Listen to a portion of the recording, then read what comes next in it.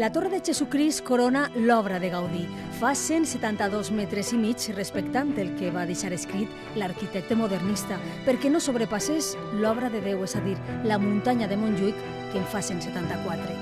Esta torre de 4 braços amb grans finestres de cristall serà un mirador obert al públic en 2028. És el centre de 18 torres, tot i que encara falten alçar 4 més de la façana de la Glòria. Ja són 144 anys de construcció per fer realitat esta Bíblia de pedra, l'obra més icònica d'Antoni Gaudí i que mostra la seva profunda fe cristiana. De fet, ja ha sigut nomenat venerable pel Vaticà, el primer pas per a ser beatificat. Han calgut 345.000 tones de pedra en brut per arribar fins ací.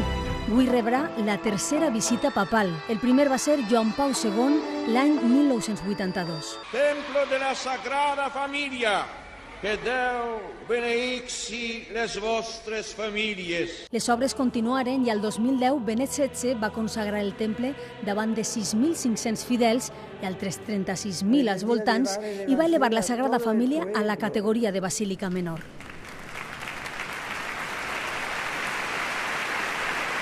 L'any passat la van visitar fins a 5 milions de persones. Esta vesprada, Lleó XIV inaugurarà i beneirà la Torre de Jesucrist, el punt més alt de la cristiandat. El somni d'un geni que avui fa 100 anys que ens va deixar, mentre la seva obra continua creixent i fascinant al món.